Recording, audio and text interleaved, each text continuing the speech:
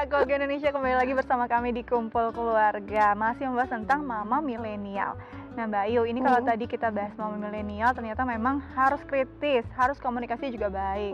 Apalagi punya pola asuh yang mungkin berbeda dengan orang tua. Ini akan kita bahas nih bersama narasumber kita. Kita sapa dulu ya. Ada Vicky. Halo Vicky. Halo Mbak Dika, Mbak Halo. Ayu. Hai Vicky. Kelihatan ya mama milenialnya ya. Oke Vicky, hari ini kita bicara tentang mama milenial. Vicky sendiri pastinya kelihatan masih muda, masih seru banget pastinya punya anak, kayak pengalaman yang baru gitu ya. Nah kalau lihat usia yang masih muda, ada nggak sih mungkin perdebatan atau mungkin ada selisih paham dengan orang tua karena memang maunya punya pola asuh yang lebih modern di rumah? Vicky merasakan itu nggak? Pasti sih, pastinya banget Mbak Dika. Karena kan kita kan juga pas awal-awal itu, kebetulan juga aku saat ini kan tinggal juga masih sama mama gitu ya. Nah perdebatan udah pasti ada nih. Karena kan kalau kata orang dulu nih harusnya begini, orang dulu nih begini. Sedangkan saat ini kan zamannya udah beda gitu. Kayak salah satu contoh misalnya kayak makan, ini misalnya anaknya harus makan nasi terus nih biar kenyang gitu. Padahal sebenarnya kan kalau misalkan kita lihat makan pasta pun juga sama-sama karbohidrat misalnya gitu. Terus kalau misalnya juga ada beberapa kayak kalau mau salah atau apa, biasanya kalau mungkin pola asuh orang tua dulu lebih otoriter atau mungkin lebih physically gitu. Kalau sekarang kan nggak bisa digituin gitu. Karena kan kalau yang beberapa yang aku baca-baca juga pelajarin soal parenting, ya hukuman fisik itu bisa berimbas jangka panjang sampai dia gede. Kayak gitu sih Mbak. Pola asuh barunya ini sendiri biasanya Vicky dapat dari mana sih?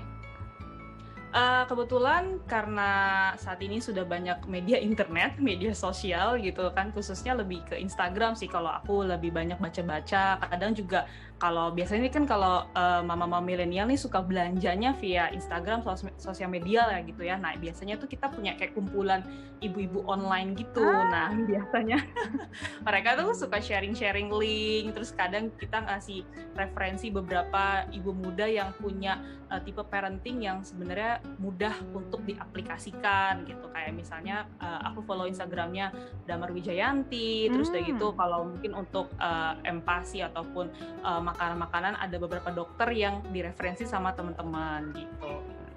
Oke, jadi memang banyak banget sekarang guru online kita ya, terutama untuk parenting. Kalau Mbak Ayu sendiri, kita ada Mbak Ayu nih sih, kalau kita mau tanya apa yang dilakukan Vicky ini sudah idealkah sebagai mama milenial, dan bagaimana sebenarnya cara seorang ibu untuk mencari hal-hal atau cara pola asuh yang paling tepat untuk anaknya di antara banyaknya informasi.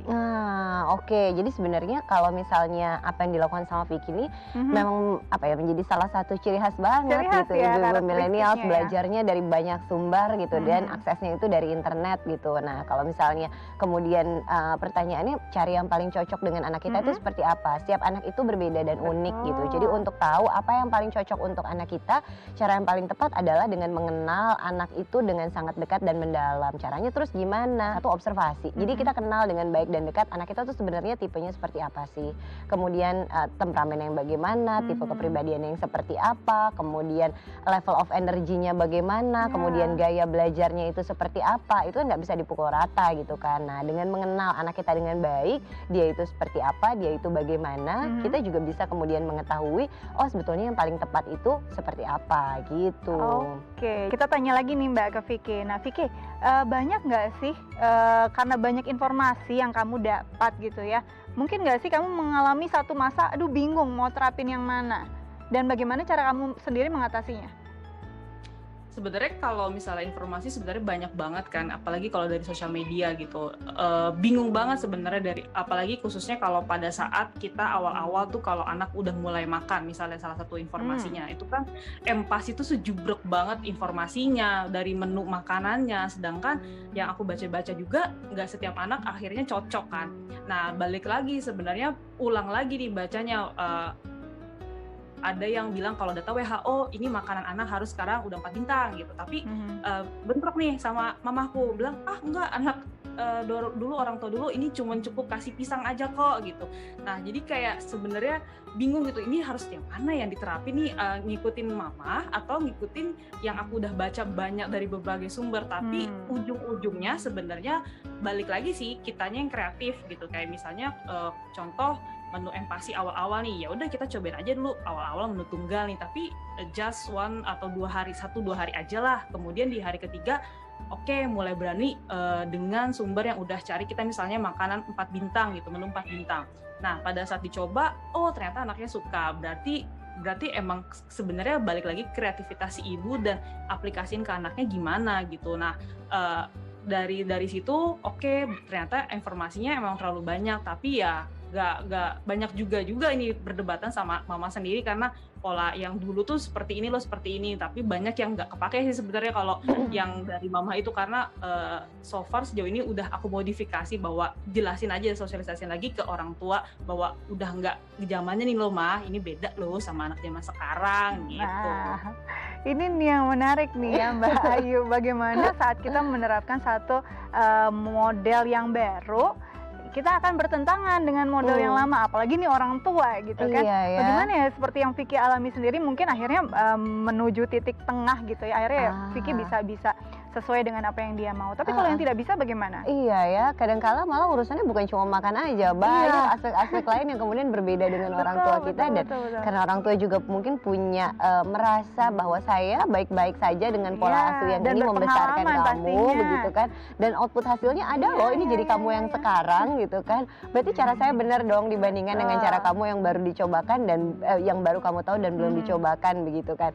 Tapi disitulah seninya kalau menurut saya, Dika, dan disitulah menariknya gitu. Nah kadangkala orang tua itu juga bertahan seperti itu bukan karena apa-apa, kadangkala karena emang nggak tahu bahwa ada informasi baru yang kemudian ada hal-hal baru yang kemudian ternyata lebih oke gitu kan.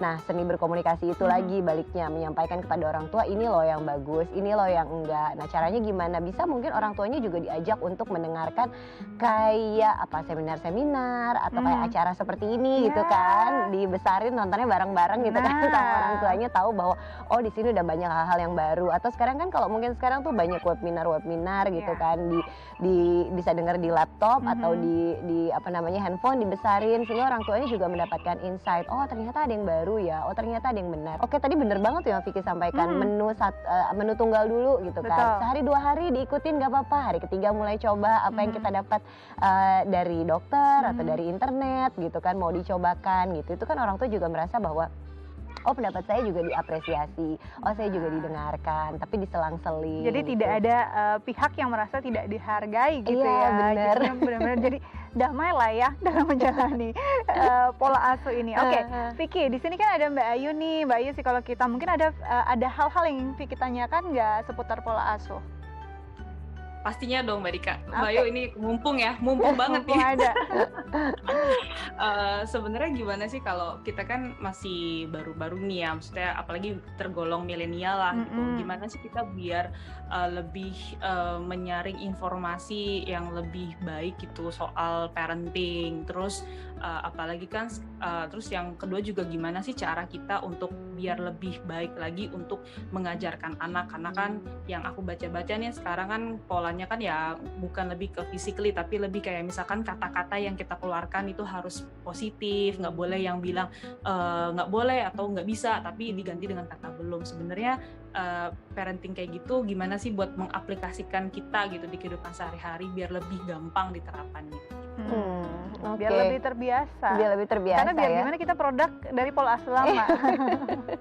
Tadi pertanyaan ada 2. Kalau yang pertama gimana menyaring informasinya gitu kan ya. Berusahalah untuk seobjektif mungkin pada saat kita menerima informasi.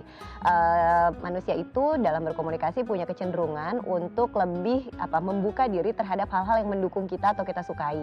Nah dalam pengasuhan anak, ketika kita ngerasa ada orang yang nggak sesuai nih sama pola asuh kita gitu, kita cenderung untuk tertutup. Dan ketika misalnya kita mengidolakan satu informasi dari satu kanal atau satu sumber tertentu, kita cenderung akan sangat terbuka dengan hal tersebut gitu. Itu wajar wajar sekali memang pola berpikir manusia cenderung seperti itu. Tetapi sebisa mungkin cobalah untuk seobjektif mungkin mendengarkan informasi dari berbagai sumber, sehingga kita bisa tahu bahwa oh yang ini dia kasih pendapat seperti ini, yang ini bisa kasih pendapat seperti ini, kemudian apa plus minusnya, dan kemudian direview, dibaca dengan sumber-sumber yang lain, sehingga kita bisa mendapatkan informasi yang sifatnya itu menyeluruh gitu, nggak hanya sepotong-sepotong yang memang kita favoritkan hanya karena memang kita cenderung sama gitu, atau cenderung sepihak modelnya dengan yang kita suka. Jadi nggak ada salahnya untuk mendengarkan beberapa sumber dan mengolah sehingga akhirnya kita tahu mana yang paling cocok dengan anak kita. Balik lagi ke setiap anak itu unik, jadi nggak bisa disamakan yang cocok dengan anak yang ini itu akan cocok dengan anak saya. Betul. Yang cocok dengan dia, anak saya pasti cocok dengan yang ini.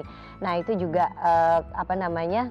harapannya bisa dikurangi. Berpikir kritis pada saat menerima informasi baru juga penting untuk dilakukan, sehingga kita tahu bahwa oh ini yang paling benar, oh ini ada lagi yang terupdate, sini yang terbaru. Kemudian membiasakan dirinya itu bagaimana. Yang penting dilakukan adalah untuk menjadi mindful atau berkesadaran pada saat melakukan pengasuhan.